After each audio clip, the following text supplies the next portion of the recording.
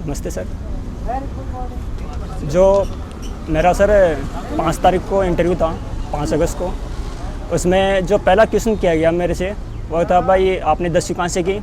उसके बाद में मेरे से पूछा आपने 12वीं कहाँ से की, और उसके बाद में मेरे से पूछा भाई आपने ग्रेजुएशन कहाँ से की, और ग्रेजुएशन के बाद में BA, B.Ed और MA।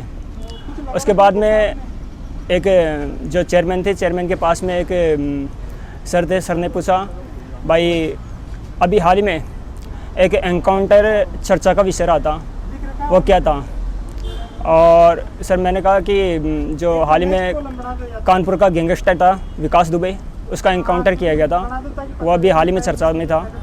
और फिर उसी से क्वेश्चन पूछा कि भाई आपकी नज़र में ये जो एनकाउंटर था वो सही था या गलत था। तो मैंने कहा सर जो पुलिस ने अपने आत्मरक्षा में वो गोलियां चलाई जिसमें वो मार गया, लेकिन पुलिस की गलती ये थी भाई जब वो भाग रहा था तो उसके पैरों के ऊपर भी गोलियां चलाई जा सकती थी। अच्छा, फिर उसके बाद में मेरे से क्वेश्चन पूछा भाई पुलिस के लिए यानी कि वर्तमान में क्या क्या चैलेंज है। मैंने कहा सर सबसे बड़ा चैलेंज है पुलिस की 24 घंटे की ड्यूटी, और इसके अलावा दूसरा सबसे बड़ा चैलेंज है वर्तमान में साइबर क्राइम को कंट्रोल करना, और इसके अलावा तीसरा जो सबसे बड़ा चैलेंज है सर अपनी लाइफ के साथ साथ अपनी ड्यूटी को मैनेज करना। अच्छा, फिर उसके बाद में मेरे से तीसरे सर ने क्वेश्चन किया कि आपने B.Ed किया है, तो B.Ed का आप कहीं पढ़ाई भी हो। मैंने कहा सर 2011 से लेकर के 2015 तक पढ़ाया। फिर उसके बाद में सर उसके बाद मैंने छोड़ दी। क्यों छोड़ी? मैंने कहा सर जो प्रतियोगिता परीक्षाओं की तैयारी के लिए पर्याप्त समय नहीं मिल पा रहा था, इसलिए मैंने वो छोड़ दी।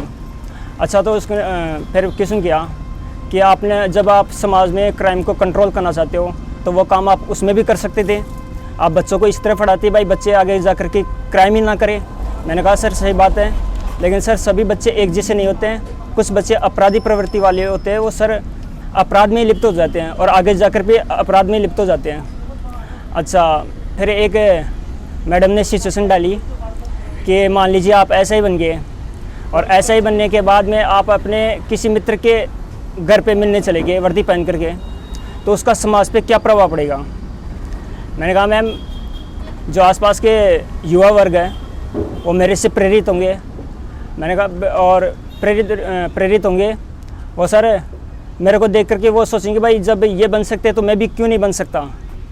अच्छा, फिर वापस से चेयरमैन ने क्वेश्चन किए कि आप चोमू से हो, तो चोमू किसके लिए प्रसिद्ध है।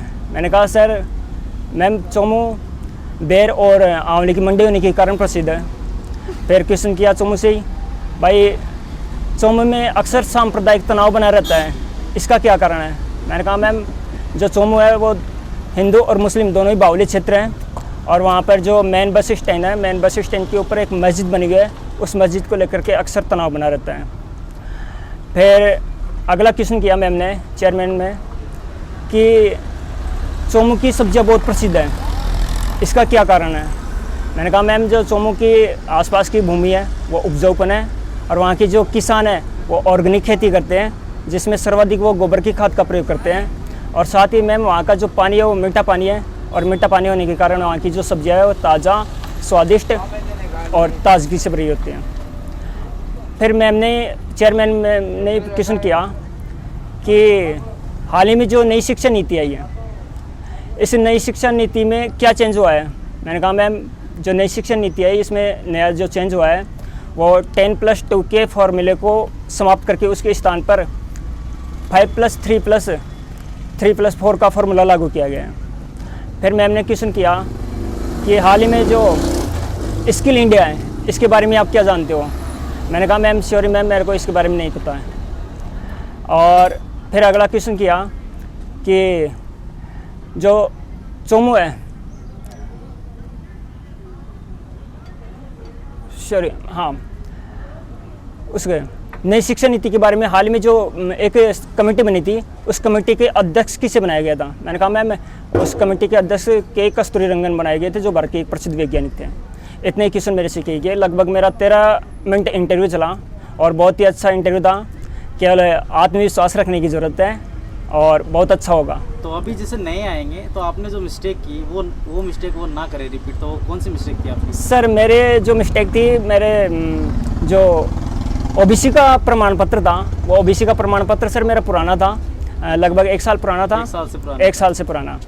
और वो मैं नया नहीं लेके आया था। अब उसके बाद में मेरे को एक वो दिया कागज़, उसके ऊपर जो भी थे कि 7 दिन में आपको नया बना करके और वो जमा कराना है। आज मैं अपना वो ओबीसी का नया प्रमाण पत्र आज जमा करा के आ गया हूँ और मुझे बहुत खुशी है इसकी। अच्छा लग रहा है। हाँ, बहुत अच्छा लग रहा है। थैंक यू, 2 मिनट आपने दिया। थैंक्स।